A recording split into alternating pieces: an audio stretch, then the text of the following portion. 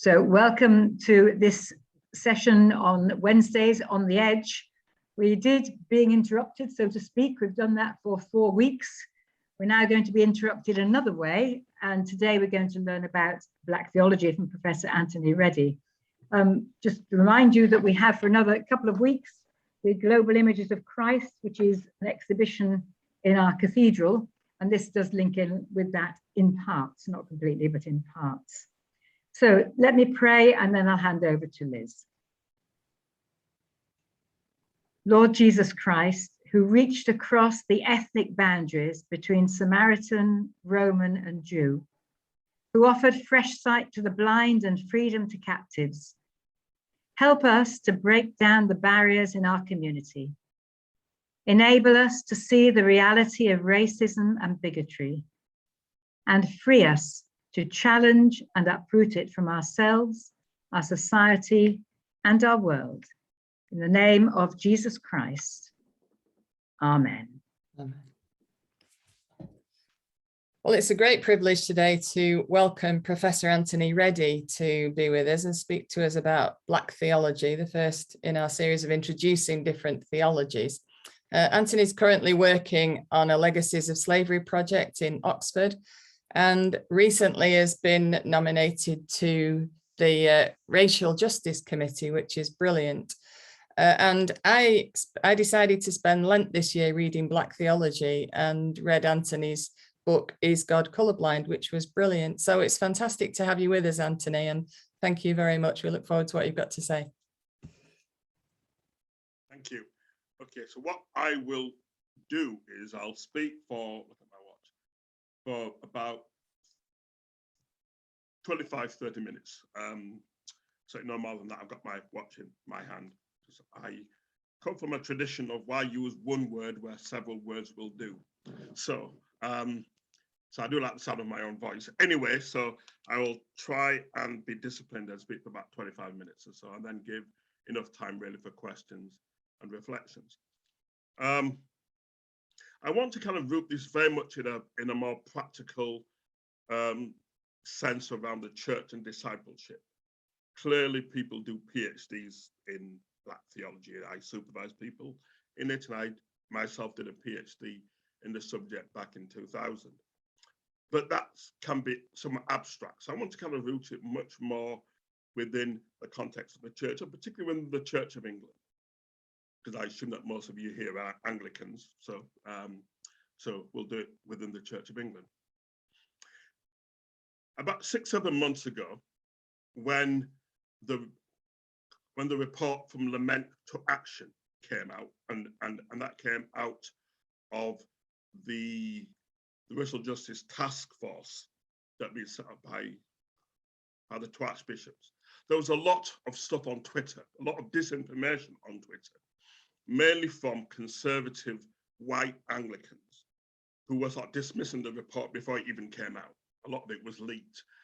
And I remember one person really who had read my books, and unlike Liz, who seemed to be quite impressed, he was not impressed with the books at all. Quite frankly, was astounded that I could even call myself a Christian, and said, well, Black theology is nothing but Marxist ideology underpinned by critical race theory. And two things I found in terms of engagement with social media. Firstly, pointless to have conversation with people who are determined not to learn anything. And secondly, as often the case, I think, with social media, it becomes an echo chamber. So it was really a waste of time, because I said, and if you remember nothing else, is that Black theology has nothing to do with Marxist ideology or critical race theory. There may well be some good things to say about critical race theory and some good things to say about Marxist ideology. However, those are not the roots of Black theology. The roots of Black theology lie in the Christian scriptures. They lie in the Bible. They lie in the belief that the God of the Judeo-Christian tradition is not a neutral God. It's a God who sides with those who are oppressed and marginalized, a God who is righteous and just, a God who will call out sin, but not just the sin that we're often happy to talk about, which is often around personal morality, but around systemic sin and systemic injustice, particularly systemic racism. Those are the roots of Black liberation theology. And so, for example, if any of you have heard the very popular song, or that doesn't get sung so much these days, for example, actually, by the rivers of Babylon, Psalm 137. And that song has always been powerful within Black communities, particularly within diasporan communities. And by that, I mean people of African descent, like my descendants, who were originally from Africa, but taken into slavery and taken into the so-called New World. And the hard thing for us to wrestle with from our vantage point of some 300 years later is the fact that most slave traders, and I'll get onto the most notorious one for us, which is Edward Colston in Bristol, were Christians. They were Christians. These were white people who went to church, gave their money to church, believed themselves to be saved by the blood of Jesus, and yet still took part in horrific acts because the faith that they expounded was shrouded and seeped in white supremacy. So when Black people sung by the rivers of Babylon, we sat down and sang our songs of lament in exile. Such what they were doing was identifying in the scriptures peoples whose sense of suffering and sense of marginalization echoed their own. And so a central part of Black theology has always been the attempt to reread the scriptures and to interpret the meaning of the gospel in light of one's suffering and pain and a sense of despondency of how the world is treating you, made worse by the fact that the people who are often treating you like that are people who claim to believe in the same God you do. That's the roots of Black theology, nothing to do with Marxism. That's not to say that some scholars have not maybe used some of the ideas to help refine our analysis. That's a whole different question. But its roots lie in ordinary people, enslaved people reading the Bible. At first, they were not allowed to read the Bible. And if any of you look up on the internet, and put the words slave Bible in, you'll find that one of the things that some of the missionary bodies did was that because they wanted enslaved people to be Christians, believing that that would make them good slaves, would make them passive. And of course, what they cited were the texts often written by Paul, taken out of context in fairness to Paul. So things like Colossians 3:22 or Ephesians 6:5, where Paul says, slaves to obey your masters. Now, we don't have time to get into all the exegesis around that. But important to say that Paul is not talking about chattel slavery. He's not talking about the slavery where you are born into slavery and you are a slave for the whole of your life. And if you have your children become slaves and your grandchildren become slaves. That form of slavery did not exist in biblical times. So Paul is not talking about. But of course, as often, if many of us know, if we're honest, that one can look into the Bible and find any text taken out of context in order to justify a political position. Anyone could do. So the enslaved people, they read into the text their own experience and said, so for example, in the Exodus, where we see a group of people who are taken as slaves, Hebrew people taken into Egypt, and they are worked mercilessly by Pharaoh. And God, through Moses, sets up a model of liberation where they are set free and go into the promised land. And what many enslaved people said was, so the God of Moses, who says that people should not be held in bondage, should not be held as slaves and worked to death under the power of someone else's empire. If that God is the same God yesterday, today, and forever, then that God must be with us in our suffering and our experience, not on the side of the slave traders, on the side of many of the missionaries who colluded with slavery. Now, in fairness, not all missionaries did that. There are lots of examples of missionaries who challenged the social order and said, actually, yes, we should make people Christians, but they should not be enslaved, or at the very least, they should not be treated so appallingly within the culture of slave economies.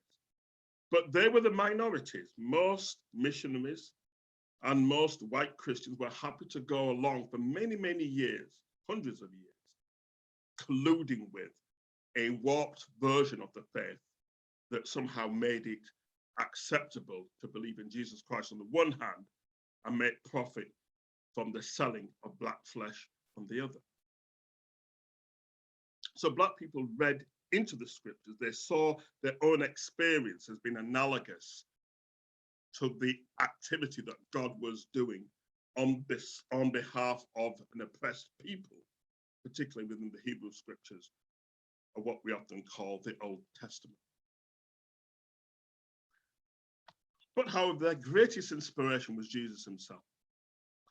And they looked at the life of Jesus and looked at two ways. Firstly, they looked at who does Jesus spend his time with? He didn't spend his time mainly with rich people. He spent his time mainly with poor people in the context of Judea, where his ministry is taking place, alongside ordinary people. They noticed also the way in which he dies. And in a moment, I'm going to read what I think is one of the most telling texts from the Gospels, that because we British, and I say myself we because I'm British as well, although I have to make the point, I'm obviously to say I'm black. So my ancestors were enslaved peoples. So although I say we, I really mean you, not me, if I'm being honest.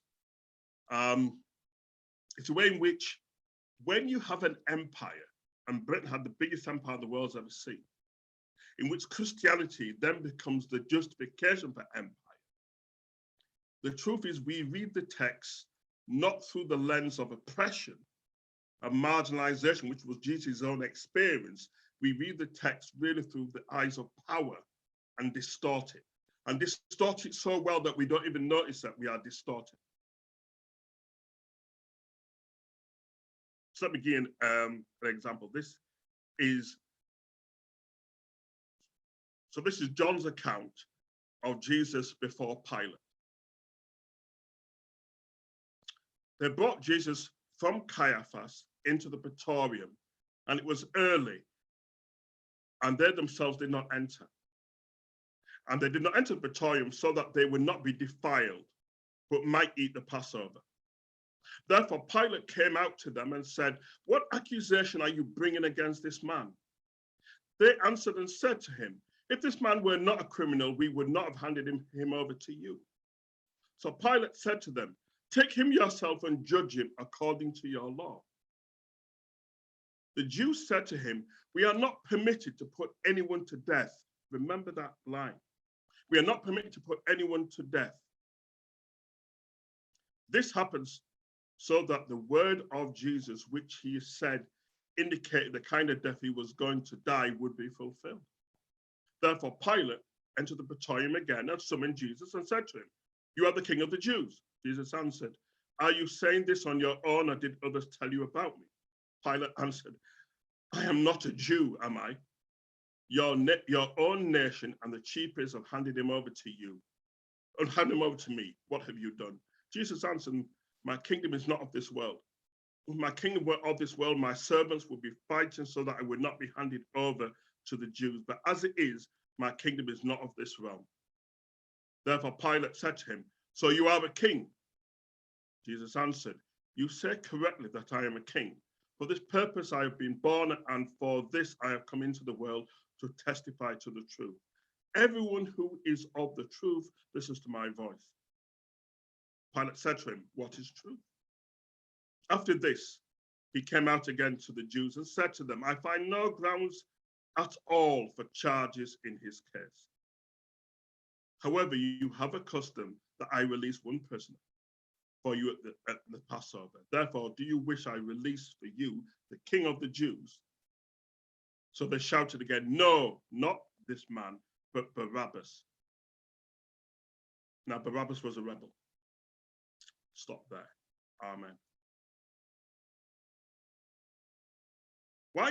I think that text was very significant for enslaved people in terms of the birth of Black theology as a popular movement of protest and of resistance to oppression. It's because one of the things that enslaved people saw in this encounter is the disparity between official power that has the ability to determine its own truth and that of someone who is a marginalized, oppressed individual who is not going to get justice. So what we know about this is that Jesus is going to die. I said it's important to hold on to the line where it says, the Jewish people themselves say, we are not permitted to put anyone to death because, and again, it's in plain sight, the whole of the New Testament takes place against a backdrop of Roman imperialism. The Romans have invaded Judea. And Pontius Pilate is a colonial apparatchik. So he's there to keep order and to maintain control on behalf of Caesar and Rome. Jesus is a colonized, oppressed Galilean Jew. I'll say that again. Jesus is a colonized, oppressed Galilean Jew, i.e., in his own country, he's a colonized person who's under the power of Rome and Caesar that have invaded the country and are using its resources and controlling it for their own will. Such is the power, I would say, of the skewed way in which white supremacy, in general, but if I'm going to be honest, particularly through the Church of England, as the Church of England, has so skewed us, is that every time we read this text at Easter, we somehow imagine ourselves to be analogous to Jesus. We're not. The British are Pontius Pilate. Enslaved peoples are analogous to Jesus. So when my mom and my dad grew up in Jamaica, that was a crown colony from 1694 to 1962, the British ran it, and would have a governor general, someone who was like Pontius Pilate, running the country on behalf of Her Majesty's government in London. That's Pontius Pilate. Until independence in 1962, capital punishment, if Jamaicans wanted to kill anyone, they had to send to London for permission from the Privy Council to give them permission to decide what they could and could not do with citizens in their country. That's the reality of colonialism. And yet every time we read the text, we imagine ourselves to be Jesus. That tells you the power of white supremacy. The power of white supremacy is where you can take empire and the power of empire and overlay it onto the scriptures and then reinterpret it through the lens of power that then allows people then to believe that what they're doing is analogous to God, even when the scriptures clearly are telling us something entirely different. Pontius Pilate is analogous to the British. So there's an article written by a friend of mine, Reverend Dr. Peter Crutchley, who works at the Council for World Mission, for whom I used to work before I moved to Oxford. And he has an article where he says that Pontius Pilate is probably the first white man in the Bible. He's not literally white, of course, but he acts as a white man. He is a colonial apparatchik who's in charge of keeping the natives in place. So he knows Jesus is innocent, but of course, in order to keep order and to keep the other Jewish people happy, he's happy to sacrifice Jesus, even though Barabbas is a real rebel. And Jesus is a man of peace. And yet somehow, the British churches, and I'm a Methodist, and our church participated in empire like everybody else did. So although we like to think of ourselves as being a bit more righteous than the Church of England, that's just mythology. Really, actually, it's only really the Quakers. The Quakers are the only Christian tradition who don't have blood on their hands in Britain. Every other tradition participated in slavery, colonialism, and empire.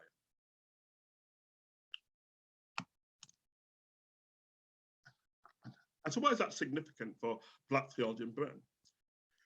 Well, very quickly, in 2007, in the year in which we marked the bicentenary of the abolition of the slave trade. So slavery didn't end in 1807, but the slave trade, the making of new slaves, ended in 1807. But slavery itself did not end completely until 1838. And so there was a series of events, and some of you may remember that. And I was asked to go to the event at Bristol Cathedral to be the preacher. And I have to say, it's still one of the most memorable occasions I've ever been in, because it's the only time I've ever had to walk through a picket line. There was a picket line of about 200 Black activists outside the service saying that this service is hypocrisy. Because I was an outsider, it's one of those situations whereby if I knew what I had known now, I would not have accepted the invitation. But on the other hand, I'm glad I did, because I was able to speak truth to power as a descendant of enslaved Africans. So Reddie, R-E-D-D-I-E, it's not an African name, it's a Scottish name. It means that at some point, someone from Scotland, probably exiled from Britain in the 1740s, nevertheless went to the Caribbean and they themselves became a slave owner. And so Reddie is a slave name.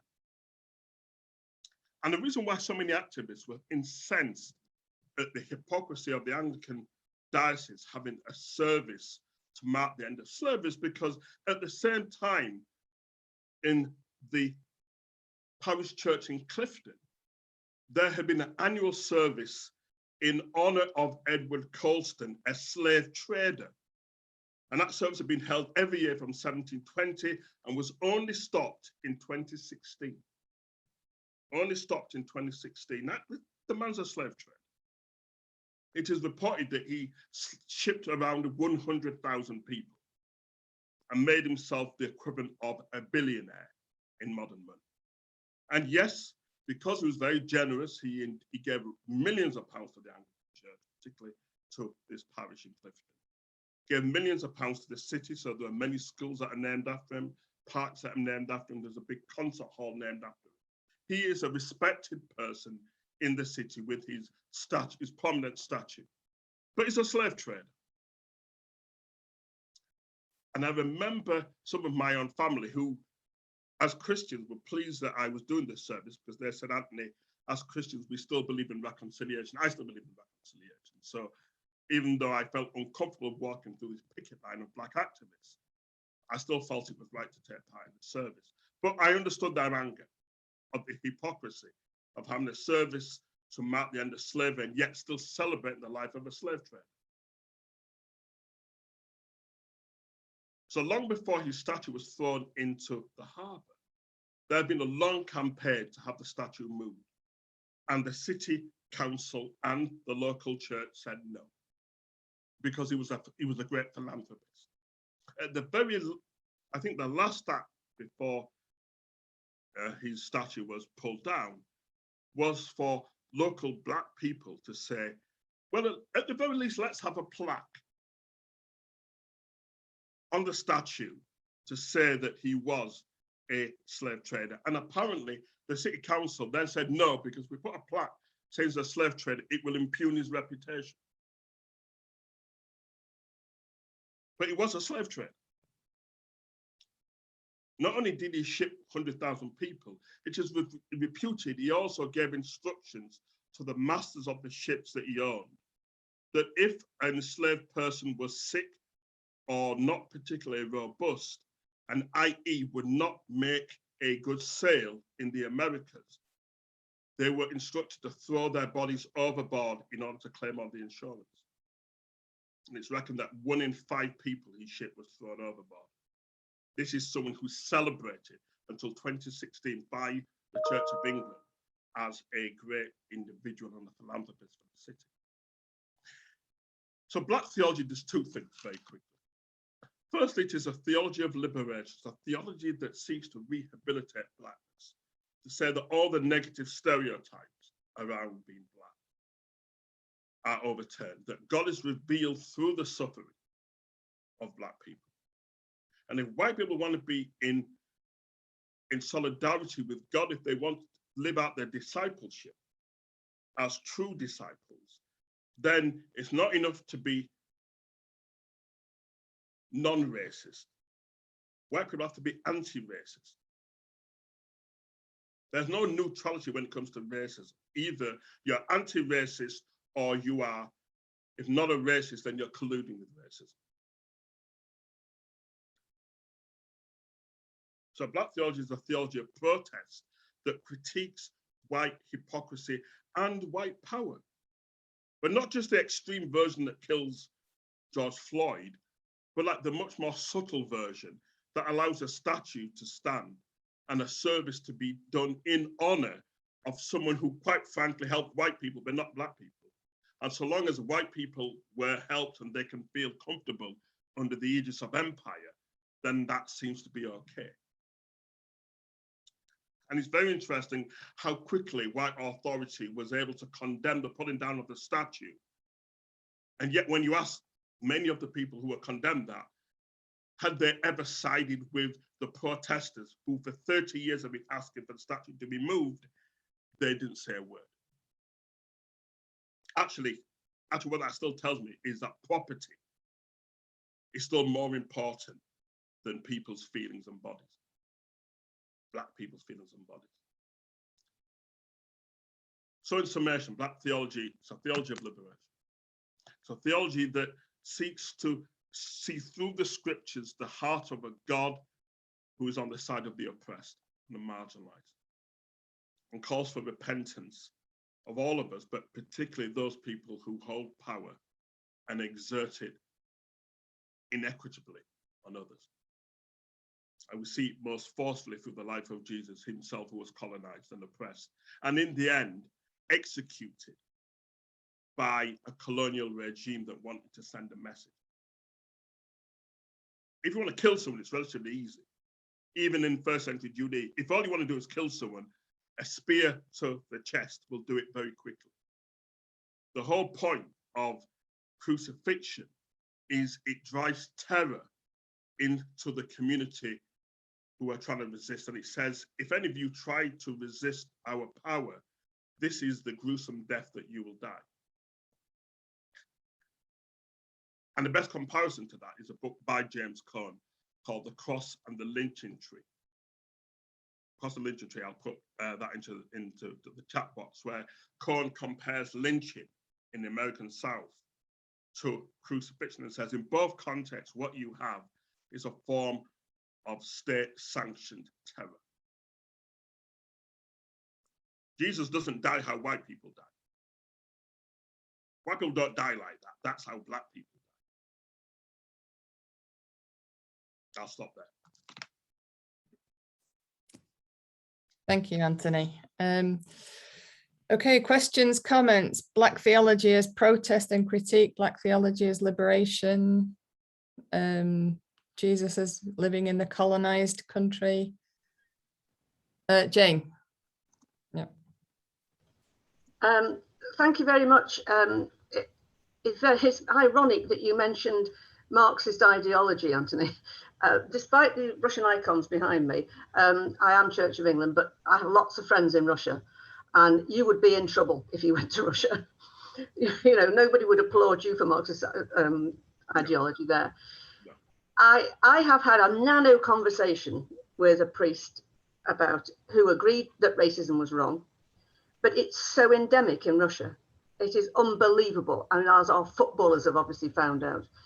Despite him having shown us pictures of ancient icons that survived Stalin with Black angels, Black archangels, Black saints, Black people virtually don't exist.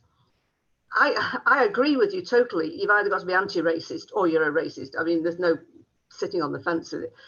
I've got 2 young Russian girls coming over next summer to stay in Chester. And one of them I teach English to. And we have had a conversation about she was shocked to find that there were Black people in England. She had no idea that Black people lived in England. I don't know where she thought they all lived. She may have thought they all lived in Africa, but obviously it never comes up in conversation or education there. I hope to open her eyes slightly I've got to be very, very careful not to alienate the lovely community of friends that we've got over there. And, you know, we think it's bad here, but, you know, I mean, it's like homosexuality, which doesn't exist in Russia, of course. So there are no homophobes in Russia because they don't have homosexual. You know, it's like that. You know, we don't have any racists because we don't have any black people. And so it is a really big problem for me to try and tread carefully, to challenge the attitudes. But I'm not going to take on the whole Russian Federation, obviously. And, you know, what do you do when you've got friends like that?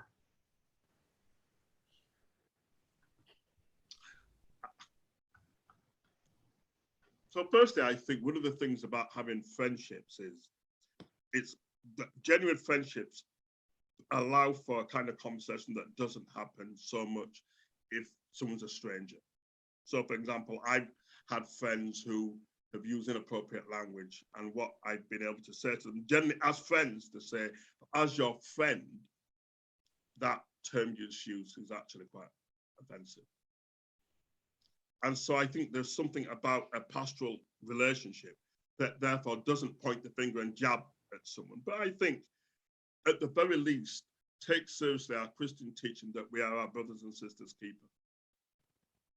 That actually, when Jesus calls us to love one another, there's no asterisk that then says, but if in doubt, look at the bottom for the clarifications to people we don't have to love. Actually, like we have to love everybody, period. And therefore, I think even if you put aside all the systemic stuff, not seeing God in our neighbor is a denial of the very gospel that we say that we believe in. At its most basic, it's that. If you can't see God in the other and see that therefore makes them the equal of you, then whatever rhetoric you talk about faith, there is no faith. Now, obviously, if they're not Christians, then that's a whole other conversation. But I still think that still works, even if we're not talking about Christianity, just to talk about humanity and how we live with each other. In equity and justice is about how we see the other as being the equal of ourselves. Love God with all that you have and love your neighbor as yourself. Thank you. Terry. Thanks ever so much, Anthony. I mean, I'm quite ancient, and I was before Windrush and that. And at that time, I was brought up when all people, I was in a church, people around me were saying, these black folk are coming to take over. And I'm anti-racist, but I've really had to look inside myself and do quite a bit of work inside myself, Anthony, to try and take the racism which was there out of me. And thankfully, I have Jesus within me, and he has helped immensely. And Terry, I really applaud what you've just said, because I think that's one of the most honest, critical reflections I often don't hear from white people, if I'm being honest. That for the most part of my work, in the fairness, I don't meet many racists. Or more accurate, I don't meet many people who will confess to that. What I meet is everyone's anti-racist, and yet when you look at then what happens collectively in our society and our churches, that begs the question as to, so where are all these anti-racists that I seem to meet all the time, because our churches don't seem to change? Mm-hmm. And so you're right, all of us are sinful. So I have to confess to my sexism and patriarchy. Yeah. I have to confess to my heteronormativity, how I was brought up. It took me a long time to come to terms with people who are homosexuals and lesbians and transgender. Mm. That's not to say that they're all the same, but it's to say that all of us are sinful. Yes. And until we acknowledge our brokenness and believe in the transforming power of the Spirit, what we often get is a kind of polite middle-class rhetoric where everybody's anti-racist, but yet everyone then quietly colludes because they're not actively challenging both themselves. I mean, there's a fantastic quote from Gandhi who says that at the very least, all of us should seek to be the change you want to see in the world. Yes. Seek to be the change you want to see in the world. So most of us are not in a position to challenge systemic injustice. Although, having said that, all of us actually can do more than we do. But most of us don't have the power to change the system. At the very least, what we can do is to say, if I believe in a world of anti-racism, of justice and equity, how then am I then living my life that demonstrates that? And actually, the most powerful thing that white people can do is to challenge other white people when people like me are not in the room. One of the most important bits of my learning was years ago in the Methodist Church, I sat on the Gender Justice Committee. So the idea was to look at systemic sexism and patriarchy in the church. And the thing I remember was a white feminist friend of mine pulling me to a task and said, Anthony, like, you're good on the rhetoric, but why is it that when we're sat even in this meeting and we have a white male chair that never seems to see the hands of the women who are raising their hands, but is always happy to take your hand and see the hand of other men and let them talk? Why is it that you never say anything? It shouldn't need me, she says, to talk about sexism and patriarchy, because I'm not the one who created it. It's men who should. And the minute I heard that, I thought, you know, Smith, you're absolutely right. But that's what white people should be doing as well. It shouldn't need me to talk about anti-racism, because black people didn't create it. It needs white people to talk to other white people and say, you know something, there's a way in which we can be white and be proud of our heritage without it having to be colonial and supremacist and based on arrogance and entitlement. Can I follow that up a bit, Anthony? Because I think I read one of the blogs where you were dismissed as a Christian because of your Black theology. So I think I know who that was. But why is it that a certain sector of the church is so anxious and anti-critical race theory? What is it about it that yanks the chain, or however you want to put it? Yeah, I mean, the best response to that comes from a woman called Katie Cannon. So she died a few years ago. So she's one of the architects of womanist theology, which is, I guess, like the Black feminist version of Black theology. So everything I've just said is good, but Black theology was still sexist and patriarchal. So womanist came along as a correction. And so Katie Cannon says, and she says, when entitlement is the norm, equality feels like a defeat. When entitlement is the norm, equality feels like a defeat. And I think what has happened is that white entitlement has been so written into Christianity to the point whereby a great book to read is by Willie James Jennings, and some of you may have come across. The book's called After Whiteness. After Whiteness by Willie James Jennings. And one of the analogies he uses, he says whiteness is a bit like being a fish swimming in the sea. Whiteness is the sea. It's everything. Everything that we purport to be normal is a product of whiteness. And that's become so endemic in our world over the last 300, 400 years of post-modernity, that even when someone tries a little incremental, but actually let's just critique and challenge this, what happens is that rather than people saying, well, actually, what is it? It's a movement towards equality. So put it bluntly, Black people are not going to take over anytime soon, because all the billionaires, all the people who own the levers of power are white. So all we're really talking about is equality.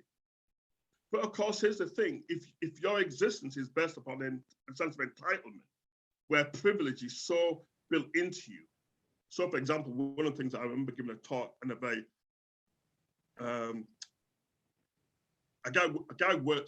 minister who works with white working class communities was quite hostile to what I was saying. He said, but you know, but all the people I work with are not powerful, they're not privileged, they're not entitled.